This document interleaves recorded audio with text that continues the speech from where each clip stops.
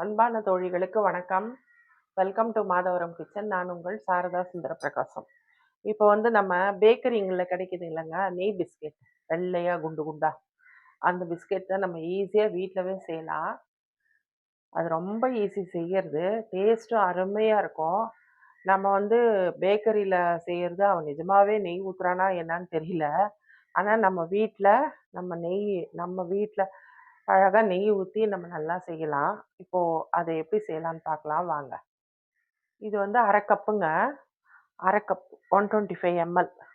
இந்த 1/2 கப் நெய்ய இதுல ஊத்துறேன். நெய் உருக்கலாம் வேண்டாங்க. இப்படியே இப்படியே ஊத்திக்கலாம் நம்ம. இது இப்படியே இருக்கட்டும். இது 1 கப்பு 1 கப்பு மெஷர்மெண்ட் இது. இதுல நான் 3/4 கப்பு சர்க்கரை எடுத்திருக்கேன். சர்க்கரையிலவே ஒரு 5 ஏலக்காய் விதை மட்டும் எடுத்து போட்டிருக்கேன். இதை நம்ம மிக்சியில அரைச்சிட்டு வந்துடலாம். இப்போ சர்க்கரை ஏலக்காயும் அரைச்சிட்டு வந்துட்டேங்க. இப்போ இந்த பொடியை இந்த கிண்ணத்துல போட்டுக்கலாம். இந்த நெய் இருக்குதுல்ல, அந்த கிண்ணத்துல போட்டுக்கலாம். போட்டுட்டு விஸ்கர் எடுத்து நல்லா இப்படி பீட் பண்ணி விடணுங்க. நல்லா அந்த நெய்யோட எல்லோ கலர் போய் ஒயிட் கலர் வரணும்.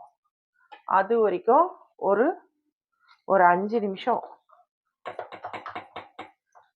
நல்லா பீட் பண்ணணும். ஒரு க்ரீமி டெக்ஸ்சர் வரணும். அது வரைக்கும் நல்லா பீட் பண்ணணும். இதை பாருங்க, எவ்வளோ எல்லோ கலர் போய் ஒயிட் கலர் வந்துடுச்சுல்ல, க்ரீமியாக இருக்குல்ல, க்ரீம் மாதிரி இருக்குல்லங்க. இந்த மாதிரி வரணும். அப்போதான் பிஸ்கெட் நல்லா சாஃப்டாக வரும். இப்போ இதில் ஒரு சட்னி வச்சு 1 கப்பு ஃபுல்லாக மைதா. இது 250 கிராம் 250 ml. கிராம் வைஸ் பார்த்தீங்கன்னா ஒரு 150 கிராம் இருக்கும். இந்த மைதாவை இதில் போட்டுடணும். போட்டுட்டு இது பேக்கிங் பவுடருங்க. பேக்கிங் பவுடர் இல்லைன்னா நீங்கள் பேக்கிங் சோடா கூட ஒரு 1/4 டீஸ்பூன் போட்டுக்கலாம். வீட்டில் இருக்கிற ஆப்ப சோடா. இது ஆப்ஷனல் தான். இது போடலைனாலும் நல்லா தான் வரும். போட்டால் இன்னும் கொஞ்சம் டெக்ஸ்சர் நல்லா இருக்கும். இதை ஜலிச்சுக்கலாம். இதை பாருங்க, ஒரு பிஞ்ச் சால்ட்டு அதை தான் போடுறேன். இப்போ மாவை நம்ம பிசைஞ்சிக்கலாம். லைட்டாக பிசைஞ்சிக்கணுங்க.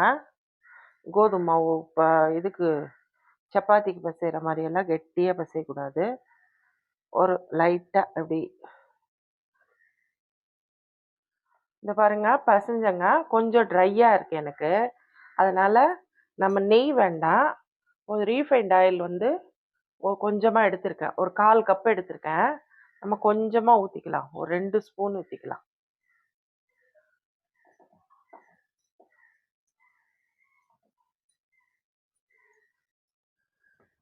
மாவு பிசைஞ்சாச்சுங்க. இந்த பாருங்க, இப்படி இருக்கணும் கன்சிஸ்டன்சி. இந்த பாருங்க, இந்த மாதிரி இருக்கணும் மாவு. இப்படி உடைச்சா ரெண்டும் உடஞ்சி இந்த மாதிரி. இதுதான் கன்சிஸ்டன்சி.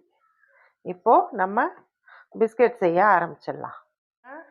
சின்ன சின்ன எலுமிச்சை சைஸில் இப்படி எடுத்து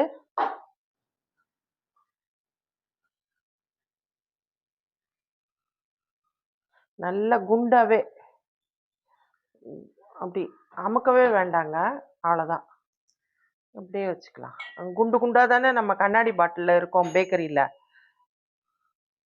இது பேக்கிங் ட்ரேங்க. பேக்கிங் ட்ரேயில் ஒரு பட்டர் ஷீட் போட்டு நெய் தடவி வச்சுருக்கேன். அதில் நம்ம இப்போ செஞ்சுக்கலாம்.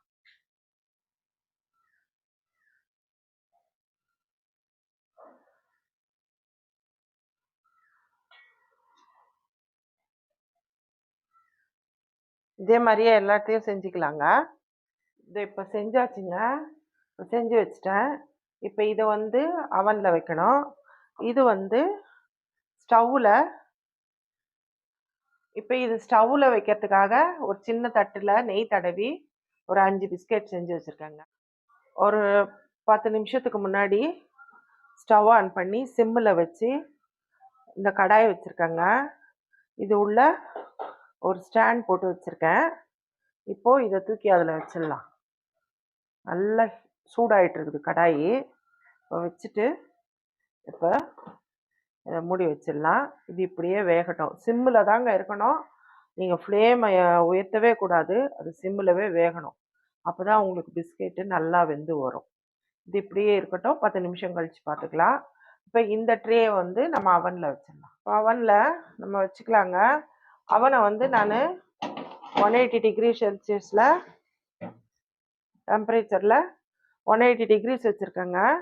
அப்புறம் 2 ராட்ஸும் ஆனில் இருக்குது. ஒரு 10 நிமிஷம் ப்ரீ ஹீட் பண்ணிட்டேன். இப்போ நம்ம வந்து ஒரு 15 நிமிஷம் வச்சுக்கலாம். 15 நிமிஷம் அவ்வளோதான். 15 நிமிஷம் கழித்து பார்க்கலாம். இப்போ ஸ்டவ்வில் அது ரெடி ஆகிடுச்சிங்க. இப்போ நம்ம ஆஃப் பண்ணிடலாம். ஸ்டவ் ஆஃப் பண்ணிவிட்டு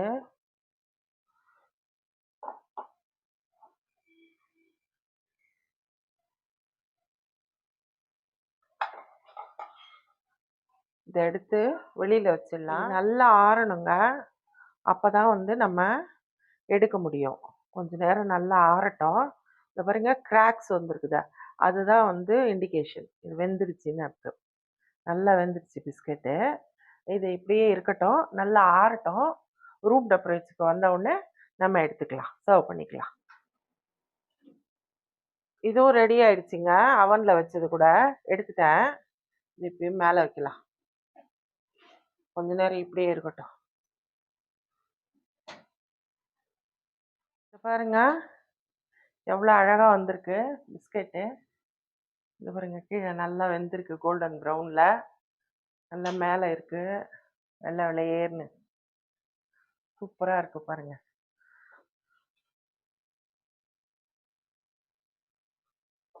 இதுதான் நம்ம பேக்கரியில் கண்ணாடி பாட்டிலில் இருக்குமே, விலை கூட ரொம்ப ஜாஸ்தியாக. ஆனால் நம்ம வீட்டிலவே அவ்வளோ ஈஸியாக செஞ்சுக்கலாங்க. இது ரொம்ப ஈஸியாக செஞ்சிடலாம். இது பாருங்க ஸ்டவ்வில் வச்சோமே நம்ம, அந்த பிஸ்கெட்டும் ரெடி ஆயிடுச்சுங்க. நல்லா இருக்கு பாருங்க. பின்னாடி கோல்டன் ப்ரௌன் கலர் இருக்கு. ஃப்ரண்ட்ல நல்ல வெள்ளையா நல்லா வெந்துருச்சுங்க. நீங்கள் இதையே வந்து நீங்கள் கோதுமை மாவில் கூட செஞ்சுக்கலாம். உங்களுக்கு மைதா மாவு வேண்டாம் அப்படி அவாய்ட் பண்ணணும்னா நீங்கள் கோதுமை மாவில் கூட இந்த பிஸ்கெட்டை செஞ்சுக்கலாங்க. நல்லா இருக்கு பாருங்க, எவ்வளோ சூப்பராக இருக்கு.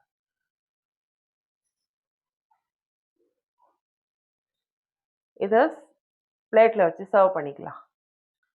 இந்த பிஸ்கெட் செய்யறதுக்கு வெறும் 1/2 hour போதுங்க.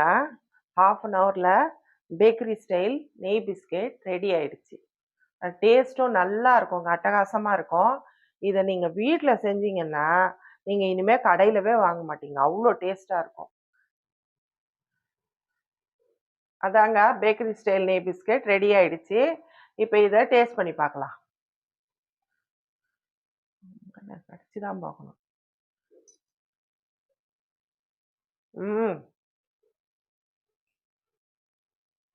சூப்பராக வெந்திருக்குங்க. உள்ள மாவும் நல்லா வெந்திருக்கு. நல்லா கிறிஸ்பியாக இருக்கு. நம்ம பேக்கரியில் வாங்கணும் சாப்பிட்டோம் அதே டேஸ்ட் இருக்குங்க. நீங்களும் இது மாதிரி கண்டிப்பாக ட்ரை பண்ணி பாருங்க. அவன் இல்லைன்னா பரவாயில்ல, ஸ்டவ்வில் கூட அழகாக செஞ்சுக்கலாம். நல்லா வருது. அதனால் நீங்கள் இந்த பிஸ்கெட்டை ட்ரை பண்ணி பாருங்கள்.